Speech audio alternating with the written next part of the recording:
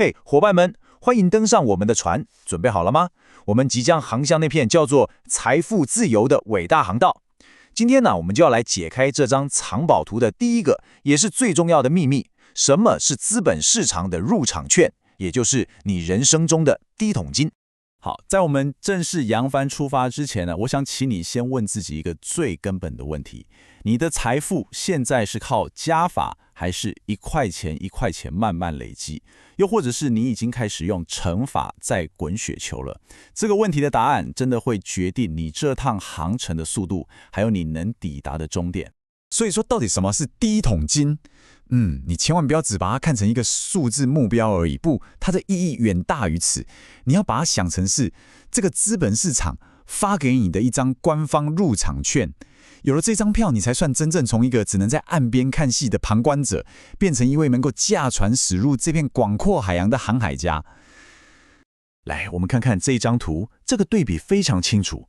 左边的劳务收入，就像是你拼了命的在划桨，你花了多少时间、多少力气，就换来多少前进的距离，这就是线性增长，很公平，但也很累。而右边的资本利得呢，那可就不一样了，这就像你升起了船帆，让金钱、让资产本身为你工作，借着市场的风，实现那种指数级的爆炸性的跃进。当然了，任何伟大的航程都需要参考前人的智慧，对吧？接下来，我们就来看看那些早就已经征服这片海洋的传奇大师们，他们在自己的航海日志里到底留下了什么样的智慧。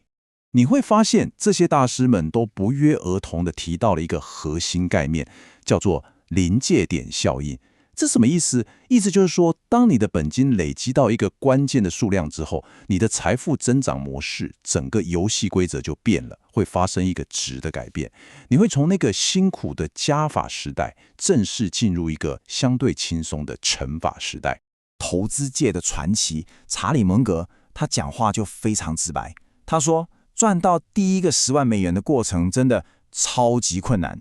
但他强调，这就是你必须咬牙跨过去的难关。他点出了一个残酷的现实，就是原始积累的过程非常痛苦，但你非做不可。因为只有跨过了这道门槛，你的资产才会开始真正的自我繁殖。蒙格的好伙伴巴菲特则是用了一个更生动的比喻，他说，人生就像滚雪球。那这第一桶金是什么？它其实就是你手上最初那颗捏得非常非常紧实、密度极高的小雪球。你想想看，如果没有这个核心的小雪球，那就算给你再长的坡道、再湿的雪地，也跟你一点关系都没有。好，听完大师们的智慧，我们知道目标在哪里了。但是光有梦想还不够，对吧？我们需要一张非常明确的藏宝图。那么，在今天这个金融环境底下，这笔宝藏具体来说，到底是多少钱呢？你看这个就有趣了。这张表呢，它不是只给你一个数字，而是把目标拆解成了3种不同的货币资产。不管你习惯用新台币、美元，还是现在很流行的稳定币来计算，它都给你一个对应的门槛。这也恰恰反映了我们现在这个时代，投资早就已经是全球化的现实了。我想对大多数在台湾的伙伴来说，100万新台币绝对是一个非常强力的心理里程碑。你想想看，当你用这笔钱去投资，我们就算一个很保守的年化5%的标的好了，这样每年就能多出5万块的被动收入。这感觉像什么？就像公司每年无条件多发1个月的年终奖金给你。复利的力量在这个时候第一次变得这么有感。再来10万美元。这个数字啊，就是刚刚蒙格提到的那个经典标准。可以说啊，当你拥有这个数量的美金资产，你才算真正拿到了进入全球市场的钥匙。不管你是要布局美股，还是其他海外的优质资产，都会变得游刃有余。那如果你的主战场是在加密货币这个新世界呢？那你的门槛可能就要再高一点了。为什么？因为这片海域的风浪更大，充满了像是平台突然倒闭，或是稳定币脱钩这种未知的风险。所以我们需要一个更高的目标，大概15万美元，来当做应对这些未知风险的安全缓冲。好了，现在我们地图有了，目标也确定了，但到底要怎么开船过去呢？你知道吗？任何伟大的航行从来都不是只靠顺风顺水，最关键的其实是纪律。纪律就是那股能够稳定吹动你船帆，让你朝着正确航向前进的风。这就是船长的3条铁律，记住了，没有任何妥协的空间。第一，不管你收入是高是低，每个月请你务必存下至少30%。第二，给自己设定一个3到5年的时间框架来达成目标。第三，这点最容易被忽略，每年把你收入的3%投资在你自己的脑袋上，也就是自我成长。这张图就解释得非常清楚，为什么3到5年是最佳的行情周期。你看，如果时间抓太短，不到3年，你很可能会为了求快去冒一些不必要的风险，这样很容易翻船。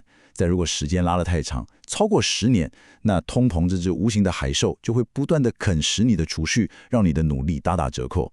所以3到5年就是那个最理想的甜蜜点。在刚刚那3条铁律里面，最容易被低估的其实是最后一条。投资自己，为什么？因为在累积第一桶金的初期，你一定要记住，你这个人才是你整艘船上最强大、最值钱的资产。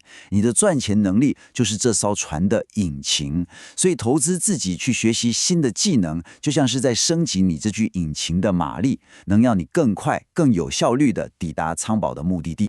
好，说了这么多，经历了这一切的努力，当你终于拿到那张得来不易的入场券之后，它到底能赋予你什么样的力量？这趟旅程的终极保障究竟是什么？真正的奖励从来就不只是那笔钱本身，而是你终于获得了拒绝的底气。你可以勇敢地对那些你不喜欢的工作、不好的机会说不，是你获得了选择的自由。你可以去追寻那些对你来说真正重要的价值。更重要的是，当那种100年一遇的投资机会来临时，你手上是有子弹可以抓住它的，这才是最大的差别。所以这整趟旅程的核心，从来就不只是关于钱。第一桶金它不是终点，它是一把钥匙，它帮你解开的是你人生的主导权，让你从一个只能被动应对生活的生存者，蜕变成为一个可以主动为自己做选择的自己人生的掌舵者。那条专属于你的伟大航道就在前方等待着。现在最后的问题是，你准备好扬帆出发了吗？